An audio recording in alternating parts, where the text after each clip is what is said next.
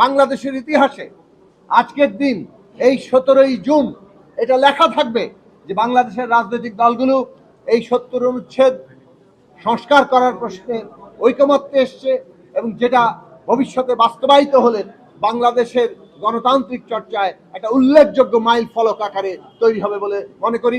বিশেষভাবে আমরা গণসংহতি আন্দোলন 2002 সাল থেকে আমাদের প্রতিষ্ঠা কাল থেকে এই আর্টিকেল 70 বিলোপ করার ব্যাপারে আমাদের সংগ্রাম চালিয়ে এসেছি। আমাদের দলের জন্য, সারা দেশের মানুষের জন্য এটা একটা আনন্দের বিষয়।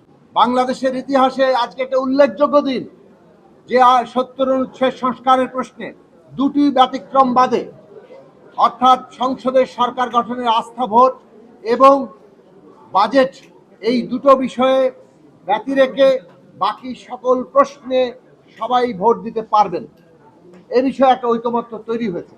তবে আরো বেশ কয়েকটি দলের প্রস্তাব ছিল যে সংবিধান সংশোধন প্রসঙ্গ, অর্থাৎ ইস্তেহারে সংবিধান সংশোধনের প্রশ্ন যদি উল্লেখ থাকে সেই প্রশ্নে এবং জাতীয় নিরাপত্তার ক্ষেত্রে বিশেষত যুদ্ধ পরিস্থিতিতে এই দুটো অপশনে যুক্ত করার সিদ্ধান্ত যেটা হয়েছে যে ন্যূনতম জাতীয় ঐক্যমত্য হয়েছে এই দুই প্রশ্ন ব্যতি রেখে থাকবে।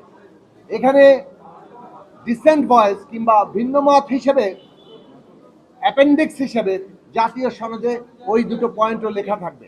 তার মধ্যে অ্যাপেন্ডিক্সে পরিশিষ্টে কিছু কিছু ভিন্নমত, যেসব প্রশ্নে ঐকমত্য হওয়া সত্ত্বেও ভিন্নমত আছে সেইগুলো থাকবে, কিন্তু সেইগুলো নির্দিষ্ট থাকবে, এমন নয় যেন যে কোনো বিষয়ই সেখানে যুক্ত করা যাবে।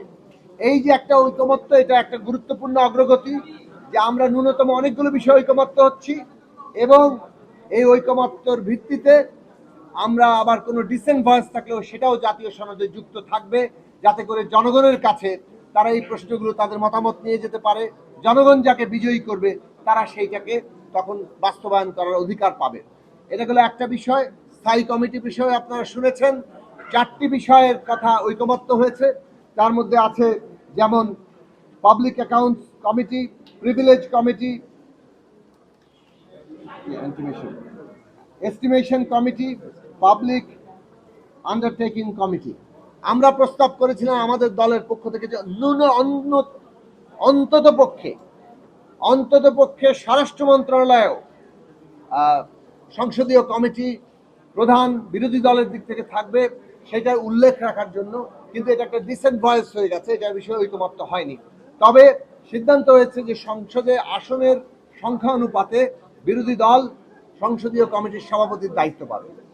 নারী আসন প্রশ্নে আপনারা প্রতিনিধিত্ব প্রশ্নে শুনেছেন যে এইটা বিষয়ে আলোচনা চলমান আছে। নারীর আসন, সংরক্ষিত আসন 100 হওয়া দরকার, এ বিষয়ে মোটামুটি ঐকমত্য তৈরি হয়েছে। কিন্তু এই 100 আসন সরাসরি নির্বাচন হলে কি পদ্ধতিতে হবে সে নিয়ে এখন পর্যন্ত কোনো ঐকমত্য তৈরি হয়নি। ঘূর্ণায়মান পদ্ধতির পক্ষে সরাসরি নির্বাচনে 400 আসন করে 100 ঘূর্ণায়মান পদ্ধতিতে আমরা আমাদের সমর্থন রেখেছি।